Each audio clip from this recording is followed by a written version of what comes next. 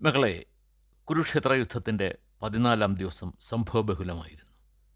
തൻ്റെ മകനായ അഭിമന്യുവിൻ്റെ വധത്തിന് കാരണക്കാരനായ സിന്ധുരാജ്യത്തെ രാജാവ് ജയദ്രഥനെ വധിക്കുമെന്ന് അർജുനൻ ശപഥം ചെയ്തു.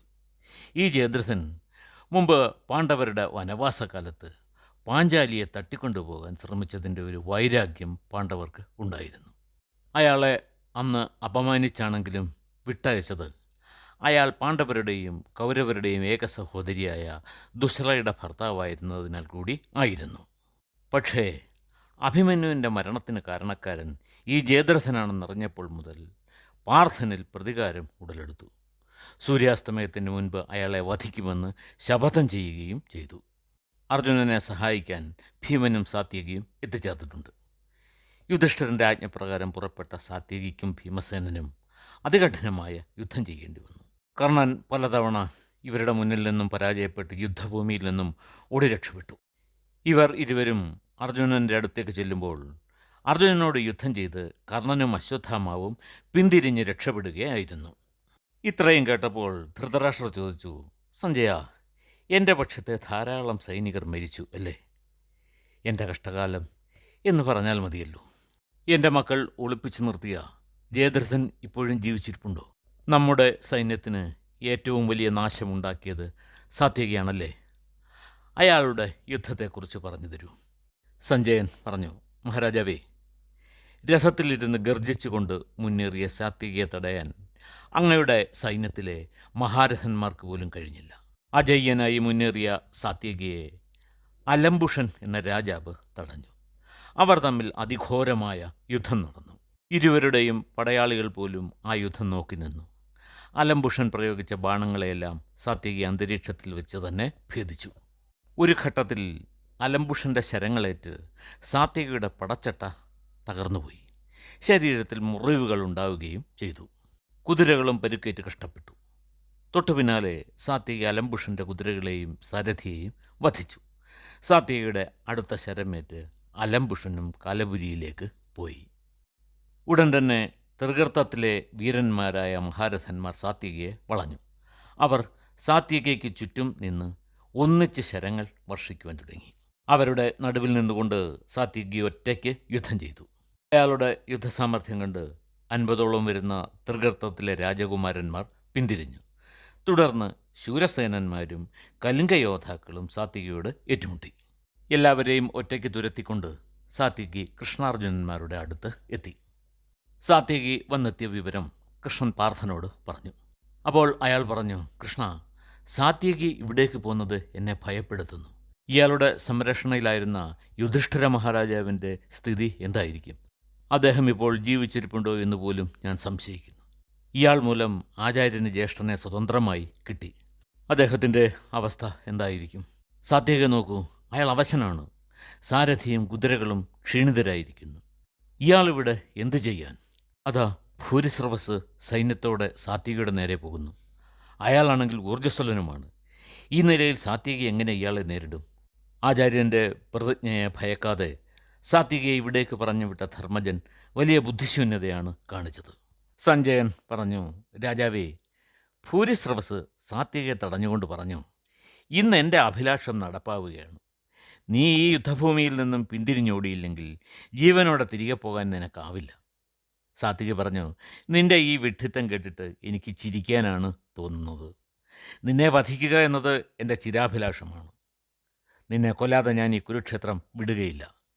അവർ തമ്മിൽ ഘോരമായ യുദ്ധം ആരംഭിച്ചു. ഭൂരിസ്രവസ് ശക്തമായ ശരങ്ങളാൽ സാത്യകിയെ ആക്രമിച്ചു. ഭൂരിസ്രവസിൻ്റെ ശരങ്ങളെയെല്ലാം സാത്യകി അന്തരീക്ഷത്തിൽ വെച്ച് തന്നെ തകർത്തു. അവർ പരസ്പരം അയച്ച അസ്ത്രങ്ങളേറ്റ് ഇരുവരുടെയും വില്ലുകൾ തകരുകയും കുതിരകൾ ചത്തുവീഴുകയും ചെയ്തു. ഇരുവരും തുല്യശക്തികളായി യുദ്ധം ചെയ്തു. രഥങ്ങൾ തകർന്നതിനാൽ അവർ വാളും പരിചയുമേന്തി ഭൂമിയിൽ ദ്വന്ദ്വയുദ്ധത്തിൽ ഏർപ്പെട്ടു. തുല്യശക്തികളായി പോരടിക്കുന്ന ഇരുവരെയും കണ്ട് രണ്ട് ഭാഗത്തെയും സൈനികർ സ്തംഭിച്ച് നിന്നു. ഇരുവരുടെയും പരിചകൾ തകർന്നു. മല്ലയുദ്ധത്തിലെ 32 അടവുകളും അവർ പ്രയോഗിച്ചു. ഒടുവിൽ ഭൂരിസ്രവസ് സാത്യകിയുടെ തലമുടിയിൽ കുത്തിപ്പിടിച്ച് താഴത്തിട്ട് വലിച്ചിഴച്ചു. അയാളുടെ തല മുകളിലേക്കുയർത്തി ശക്തിയായി താഴെ ഇടിച്ചു. മാറത്ത് ചവിട്ടിപ്പിടിച്ചുകൊണ്ട് ഭൂരിസ്രവസ് വാളുയർത്തുവാൻ ശ്രമിച്ചു. സാത്യകി വാൾ ഉയർത്തുന്നതിനെ ശക്തിയായി തടയുവാനും പരിശ്രമിച്ചു. രാജാവേ, ഇത് ശ്രീകൃഷ്ണൻ കാണുന്നുണ്ടായിരുന്നു. അദ്ദേഹം അർജുനനോട് പറഞ്ഞു, പാർത്ഥ, നോക്കൂ, നിന്റെ ശിഷ്യനായ സാത്യകി ഭൂരിശ്രവസിനോട് പരാജയപ്പെടുകയാണോ? സാത്യകി നിന്നെപ്പോലെ എല്ലാ യുദ്ധ തന്ത്രങ്ങളും അറിയുന്നവനാണ്. പക്ഷേ ഇവിടെ ഭൂരിശ്രവസിനാണ് കൂടുതൽ സാമർഥ്യമെന്ന് തോന്നുന്നു. അങ്ങനെ വന്നാൽ സാത്യകിയുടെ പരാക്രമങ്ങളെല്ലാം വെറുതെ ആയിരുന്നുവെന്ന് ലോകർ പറഞ്ഞു നടക്കും. അർജുനന് ഭൂരിശ്രവസിനോട് ഒരു മതിപ്പ് തോന്നി. അത് മനസ്സിൽ വെച്ചുകൊണ്ട് കൃഷ്ണനോട് പറഞ്ഞു, വസുദേവ, ഇപ്പോൾ എൻ്റെ ലക്ഷ്യത്തിൽ ജയദ്രഥൻ മാത്രമേ ഉള്ളൂ. സാത്യകിയെ രക്ഷിക്കാൻ എനിക്കിപ്പോൾ കഴിയില്ല. എങ്കിലും അയാൾക്ക് വേണ്ടി ഒരു ബുദ്ധിമുട്ടുള്ള കാര്യം ഞാൻ ചെയ്യാം. രാജാവേ, ഇങ്ങനെ പറഞ്ഞുകൊണ്ട് പാർത്ഥൻ ഒരസ്ത്രം ഗാണ്ഡീവത്തിൽ നിന്നും അയച്ചു. അത് ഭൂരിശ്രവസിൻ്റെ വാളേന്തിയ വലതുകൈ അറുത്തുകൊണ്ട് നിലത്ത് വീണു. ഇത് ആരും പ്രതീക്ഷിച്ചില്ല. കണ്ടവരെല്ലാം സ്തംഭിച്ചു നിന്നുപോയി. രാജാവേ, അപ്പോൾ ഭൂരിശ്രവസ് പറഞ്ഞു, അർജുന, നിന്നെപ്പോലെ ഒരു വില്ലാളിയിൽ നിന്നും ഇത് തീരെ പ്രതീക്ഷിച്ചില്ല. മറ്റൊരാളുമായി യുദ്ധം ചെയ്തുകൊണ്ടിരിക്കുന്നവരെ ആക്രമിക്കുക എന്നത് ഏത് യുദ്ധധർമ്മമാണ്? ഞാൻ നിന്നെ ഒന്ന് നോക്കിയതുപോലും ഇല്ല. ആ നിലയ്ക്ക് നിന്നെപ്പോലെ ഒരാൾ ചെയ്ത ഈ പ്രവൃത്തി നീചമായിപ്പോയി. സാത്വികമായി യുദ്ധം ചെയ്ത എൻ്റെ കൈ ഛേദിച്ചു കളഞ്ഞെന്ന് ധർമ്മിഷ്ഠനായ നിൻ്റെ ജ്യേഷ്ഠനോട് നിനക്ക് പറയാൻ കഴിയുമോ? ഇന്ദ്രനോ പരമശിവനോ ഈ രീതി നിന്നെ പഠിപ്പിച്ചത്? എന്തായാലും ദ്രോണരാകാൻ വഴിയില്ല. സംസർഗമാകാം നിന്നെ ഇങ്ങനെ ചിന്തിപ്പിച്ചത്. ഭഗവാനെന്ന് സ്വയം പുകഴ്ത്തുന്ന നിൻ്റെ സാരഥിയുമായിട്ടാണല്ലോ എന്നും നിൻ്റെ ചങ്ങാത്തം. അർജുനൻ പറഞ്ഞു, രാജാവേ, വൃദ്ധരായി കഴിഞ്ഞാൽ മനുഷ്യർക്ക് ബുദ്ധിവ്യതിയാനം സ്വാഭാവികമാണ്. അതുകൊണ്ടാണ് ഇത്തരം ജൽപ്പനങ്ങൾ താങ്കൾ നടത്തുന്നത്.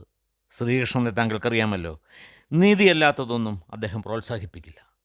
താങ്കൾക്ക് അസ്ത്രനീതിയും നീതിശാസ്ത്രവും അറിയാത്ത ആളൊന്നുമല്ലല്ലോ. എന്നിട്ടും എന്തിന് എന്നെ ഈ വിധം പഴിക്കുന്നു? നീതിയുക്തമല്ലാത്തതൊന്നും ഞാൻ ചെയ്യുകയില്ല. പിതാവ്, പുത്രൻ, സഹോദരൻ, ബന്ധുക്കൾ എന്നിവരൊക്കെ ചേർന്നാണ് ഒരാൾ യുദ്ധത്തിൽ ഏർപ്പെടുന്നത്. ആ സ്ഥിതിക്ക് എൻ്റെ ശിഷ്യനായ സാത്യകിയെ എനിക്ക് രക്ഷിക്കണ്ടേ? സാത്യകി സ്വന്തം ജീവൻ വെടിയാൻ തയ്യാറായിക്കൊണ്ടാണ് ഞങ്ങൾക്ക് വേണ്ടി യുദ്ധം ചെയ്യുന്നത്. അപ്പോൾ അയാളുടെ ജീവനെ ഞങ്ങൾ സംരക്ഷിക്കണ്ടേ? ഞാൻ അതുമാത്രമേ ചെയ്തുള്ളൂ. എൻ്റെ മുന്നിൽ വെച്ച് താങ്കൾ സാത്യകിയെ വധിച്ചാൽ അതിൻ്റെ പാപം എന്നിലാണ് പതിക്കുന്നത്.